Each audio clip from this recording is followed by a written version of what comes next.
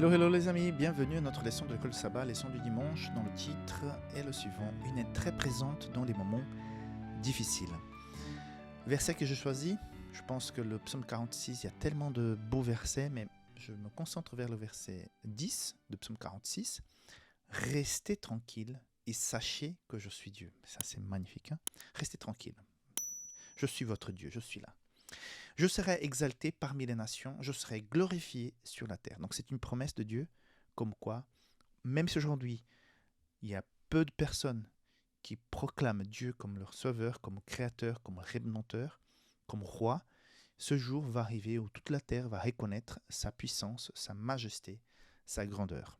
Et en attendant, restez tranquille et sachez que je suis Dieu. Des mots-clés qu'on peut partager dans la leçon d'aujourd'hui, qu'on peut retrouver dans l'action d'aujourd'hui, confiance, présence, même s'il y a de l'angoisse, il y a de l'espoir, stabilité. Wow, le royaume de Dieu serait stable. Et là, bien sûr, avec la deuxième venue. Le psaume 46 présente Dieu comme un refuge. Alors, c'est vrai que la leçon nous parle beaucoup sur ces temps qui sont devant nous, ces temps que nous vivons, d'incertitude. Je pense que quand la leçon a été écrite, rédigée par son auteur, éventuellement la guerre en Ukraine avait déjà commencé, j'imagine. Mais au jour où on étudie cette leçon, on constate que le monde est très fragile et peut changer rapidement.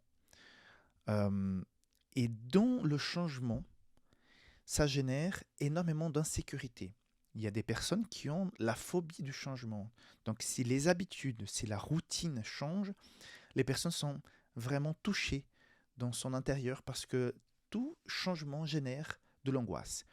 Et on constate de plus en plus que les gens souffrent pas mal d'angoisse parce qu'il y a tellement de changements et ce changement arrive parfois assez vite que ça déstabilise. Par contre, au milieu de cette confusion, il y a cette promesse, tranquillité, hein, restez tranquille, sachez que je suis Dieu. Donc, je pense aussi qu'on peut l'appliquer à notre vie de famille. Parfois, il y a des choses que nous n'avions pas prévues et qui tout à coup nous tombent dessus. Et parfois, c'est très prenant parce que c'est notre famille. Parfois, c'est une instabilité dont, je pense qu'on peut dire ça, instabilité dans le travail, où tu pensais que tout allait bien, que ça rodait et que tu avais un poste stable et tout à coup, tu te rends compte que c'est pas si stable que ça. Ça peut être aussi au niveau de la santé, tu pensais être en forme et tout à coup, une mauvaise nouvelle qui arrive.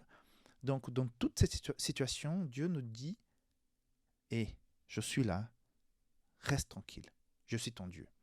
Donc ça, en tout cas, ça fait un écho chez moi, puisque même si nous avons une vie assez structurée, il y a toujours des défis dans la vie de tout et chacun.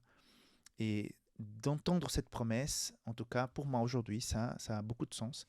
Ça m'invite à, allez, tranquille, nous avons un Dieu qui est grand. Et peut-être tu passes par quelque chose d'assez compliqué, difficile, dans un domaine de la vie. Et le message de la part de Dieu pour toi aujourd'hui, c'est ça, reste tranquille. Dieu est présent au milieu du chaos. La sécurité ne réside pas dans les circonstances humaines qui peuvent nous entourer. Comme j'ai déjà mentionné, cela peut disparaître très rapidement, mais dans la certitude de la présence de Dieu dans ta vie. Et c'est pour cela qu'il est important de faire une petite révision, analyse de comment va notre relation avec Dieu, notre temps de lecture de la Bible, d'étude de la parole et de prière.